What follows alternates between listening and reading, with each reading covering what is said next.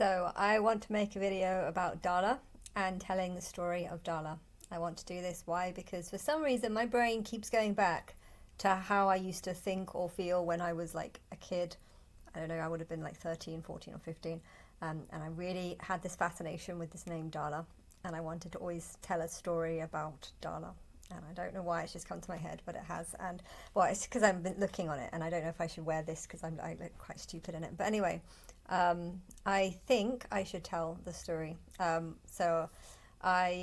say just this is just what I believe, but it is a belief. So I wouldn't take it as being serious. It's just if I was to make a film, this is exactly what I would do and how I would have it. I don't know if I'd bother talking like doing a scene about the conception of Darla. I don't really know because I have a feeling that this tribe, they didn't have that many males in there. It was mostly females. I think the male leader, was probably about 45 years older than Darla. So was about 45 at the time. I think a lot of the leaders lived till about 60.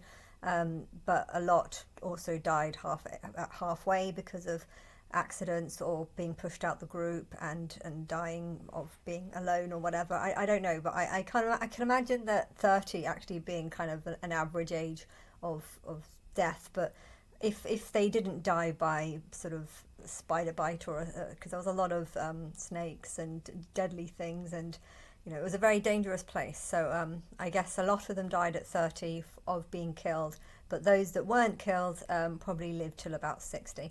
I do think that both Max, this is why I first started believing that I was Darla, because I met Martin, and he said that he was the manager of Max Martin, and it was looking at both of them, not just one of them, but looking at the face of both of them. And Max Martin as well. Even though I never met Max Martin, I looking at both of them, I kept getting visions of Darla and then him being in this tribe, and I don't know, just seeing things that kind of reminded me of things that I believe that I met both of them in a past life. But yeah, I haven't really gone into much detail about it. I think because I didn't really care. But if I'm going to be making a film about it, then I should care. So I've been thinking about it more. And I do think that there was a leader that was about 45. He was like the leader of the troop. The group was mostly female because he would scare away a lot of the males. I think there was another one that was 30. And I think that might have even been his oldest son or something. But I think he liked him. And that one was Max Martin in past life. And a long past life again. So this wasn't just last past life. This was like 10 past life, or many more than that. I think they're older souls, and so yeah, he's not like this was your past life. This was like a very long time ago. But yeah, so I think there was one that was 30, and then he had another. That was another that was like another 10 years younger. And I think because of their strong relationship, they didn't get chased out of the group. But you needed to have some males in the group because occasionally other groups would start attacking. So I feel like they did need males in the group, and they didn't want to get rid of them because maybe they would just go and form another group and then turn against the group. So I feel like they did definitely have males in the group, and there probably was a lot more than 3. But I felt like it was very much a feminine movement, basically.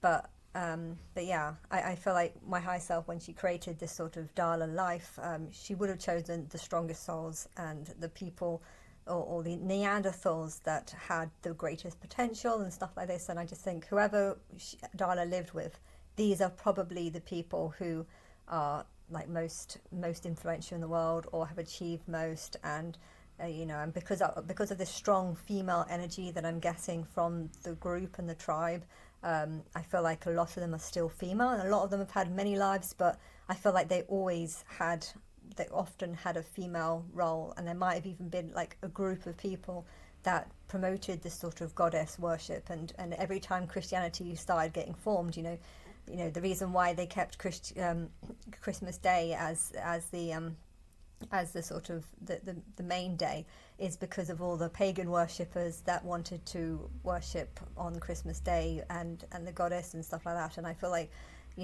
there was some strong females in history who helped fight for Christmas Day and keeping of it and stuff like that. And I just feel like, yeah, I feel like Anna Wintour is definitely one of the ones that was there.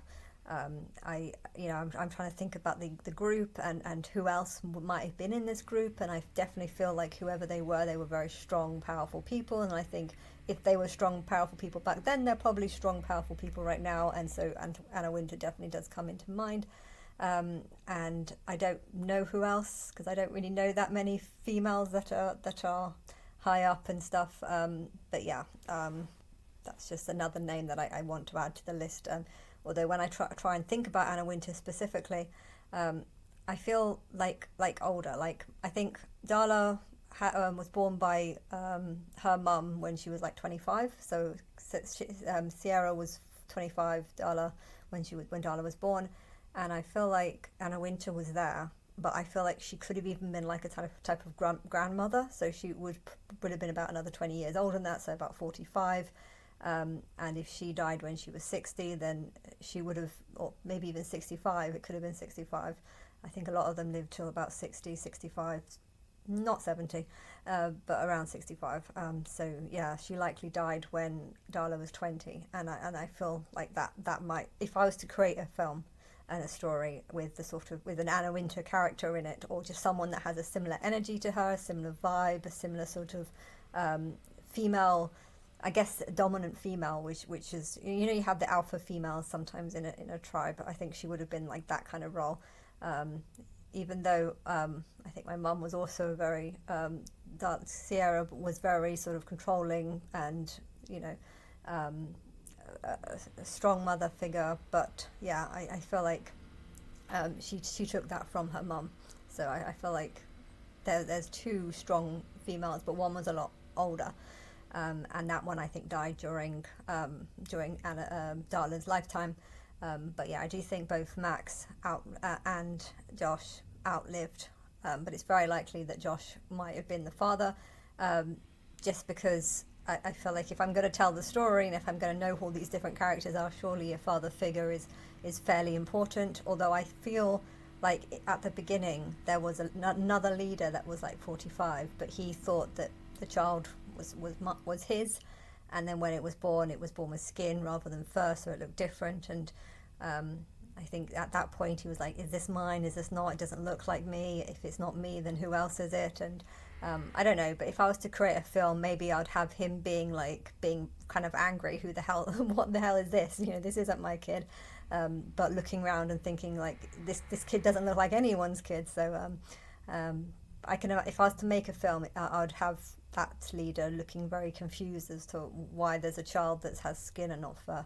And then I think after 6 months, he pushed me and the mother away, and then maybe they just did lots of scavenging in circles, and then sort of came back to the same point every now and then. And then she had a second child, and then again just spent another year by herself. And then when I was about 3.5, I think the leader of the tribe dies at some point, and that's when the Max Martin takes the sort of leader figure, with Josh as being like a backer, supporter. And I don't know, I think at that point there was probably around 30, 40 in the group, so it was quite a fairly big group. It wasn't just tiny. But yeah, I don't know who else. I'm not. I find it hard to, if I say names say Anna from Young Turks or something, I just hear like a voice in my head saying no, and then I don't know what other names to say or something. But I feel like the people in Darla tribe who she actually knew are most likely to be the sort of the most influential or richer people in society today. But yeah, I don't necessarily know who they are. So if I was to do a film, I would have the child growing up looking different at each stages. I would definitely have an actor that's 12 to give birth to a 12. Like sometimes you get actors that are 16 trying to pretend to be 12. I don't want that. I want it to be clear that she was a child and that this shouldn't have happened, but at the same time it kind of needed to happen because life was so hard that you just wanted to have the child and just die, basically.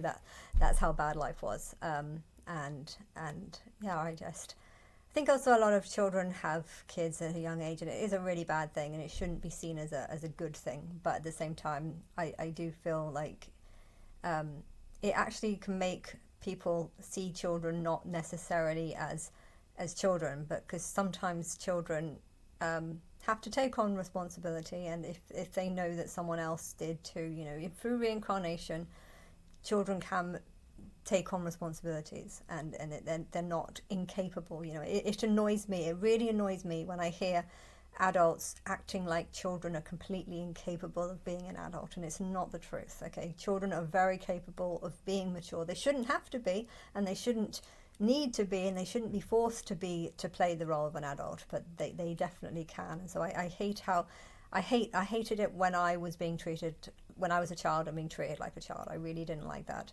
And you know, children should not be having kids, but at the same time, some have a very high maturity, and I think it's important that you adapt to the certain child and respect or act accordingly to how they act. If they act mature, then you need to treat them mature. If they act like a child, then you can treat them like a child, and not just assume that they're incapable because they're a child. I really, yeah, it annoys me how, you know, like how you could have like people say, oh, she's 16, this is complete abuse and stuff. You know, some people should not be having relationships at 16 because they are not mature enough, but others are, and that's just how it is. Not everyone is the same. If you weren't capable of having a relationship at 16, that doesn't mean that other people weren't. But yeah, and I don't know what else to say. I had the idea of Darla finding a really nice pink flower and being like, oh well, like actually I have it. You know, the heart-shaped ones. Oh, ow, I'm tired. I can get up. Oh my gosh, I'm moving.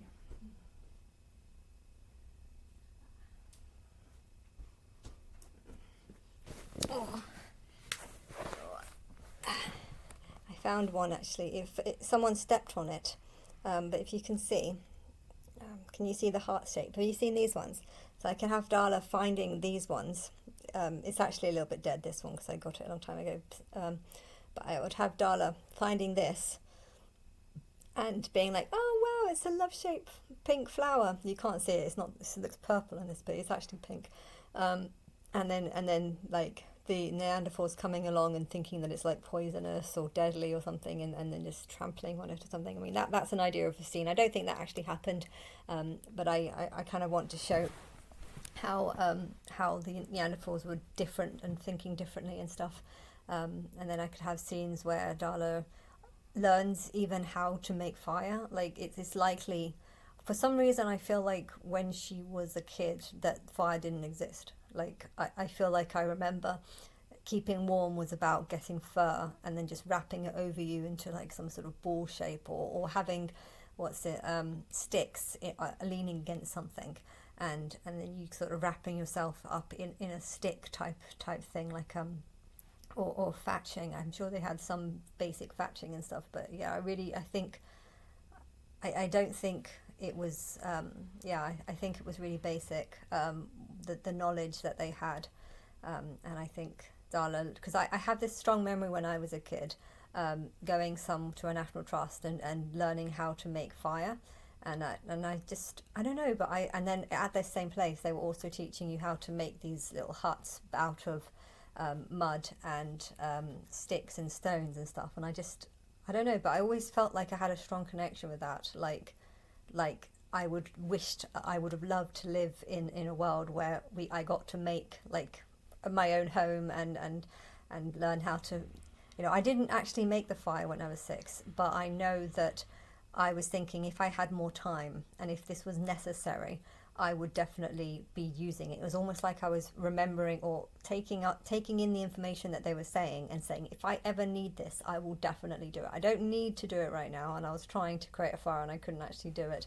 But I just felt like if I had more time or if I was bored, nice to just sit down and just keep doing it until I try. And I feel like that might be significant because I feel like I might have actually invented fire. And I think I did it when I was around 6 because of visions that I was getting. That's just a thought. I don't know if it's the truth. Maybe I didn't. Um, or maybe they had like bushfires and they were able to take that and keep. Maybe they had like, in the running, they have like the fire that they pass on, keep the torch on. I'm wondering if they did have a way of getting a fire through means, but doing their best to keep that fire going and never putting it out because they know that it's actually really hard. Like, I think most of the people in the group could not make a fire, so I felt like keeping a fire going just to make, maybe if it's very, very hot, they would find it easier to make a fire. So I think sometimes they might have even like deliberately made a fire during the heat of the weather, the heat of the day, and then kept it going on a small flame. And I don't know really what happened, but that's just an idea of.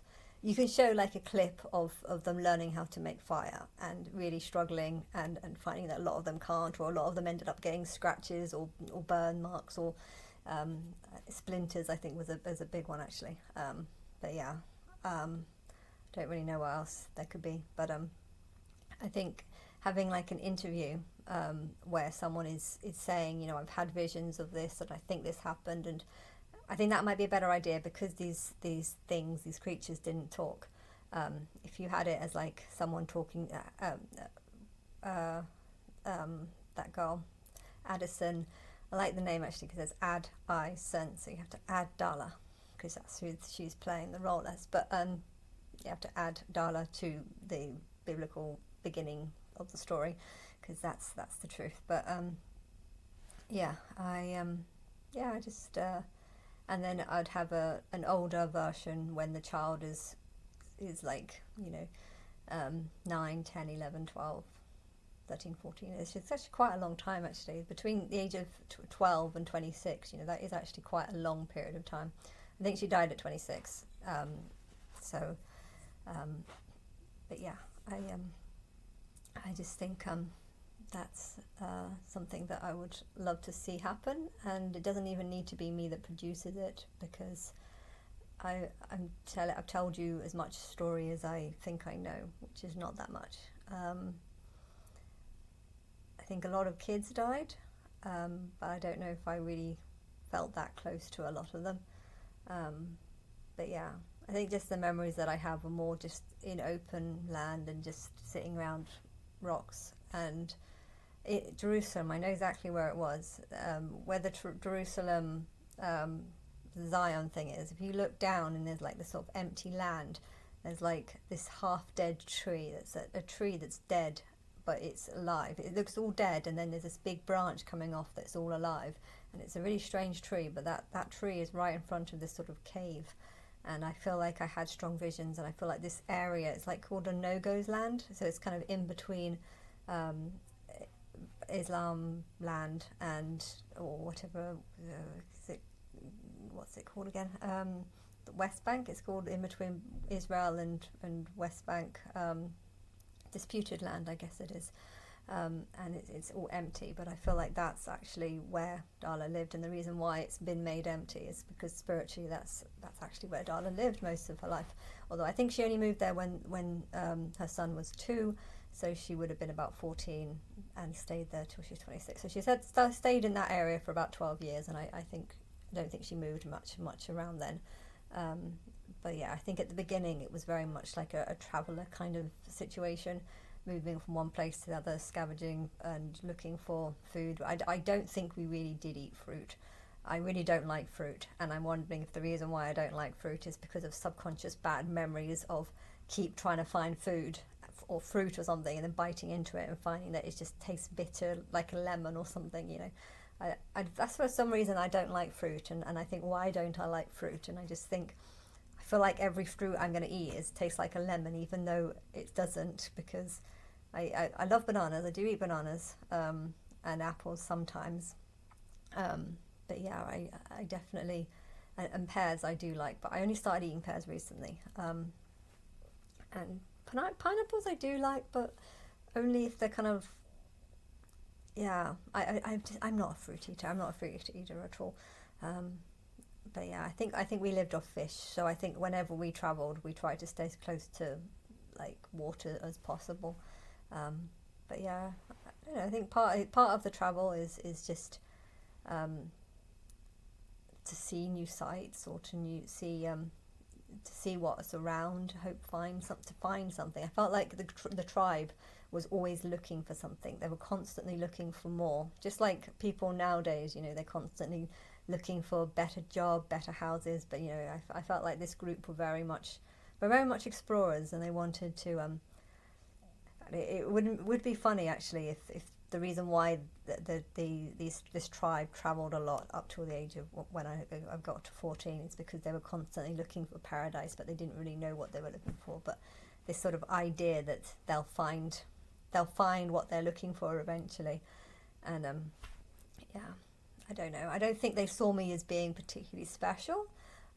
Maybe I think it's likely that they saw the son as my son as being more special than me because he was a boy. I think it's likely not the female so much, but the males who I think the males were very much more in favor of my son. But like I said, it was mostly females, and I don't know. I think I feel like the group generally had this goal of always trying to find something better. Like they're looking for something, but they don't quite know what it is. And did we find it in Jerusalem? I don't know, but I think I think that's when we started farming. I think we started basic farming, trying to grow plants and not really knowing how to do it. And I think it's strange though how there's a lot of people that complain about how they're putting bad chemicals in food, and we're eating like shitty foods because of all the chemicals and stuff. And it's just like, you do realize that most fruit is grown by cow shit. Like they literally get cow shit and stick it in the roots of the plants so that tomatoes grow out of cow shit. And yet there are plenty of people that are complaining about all the chemicals that they're putting on fruit, and yet they forget that actually to grow this stuff and to grow it well, you have to stick it in cow shit. I think that is quite funny. But did we know that you have to put stuff in cow shit? I don't know. I mean, I can imagine it being a disgusting idea at first, and then to think that it might not have worked, but I might not have been very successful. I don't know. But I'm sure I would have had some sort of vision of how to make it better.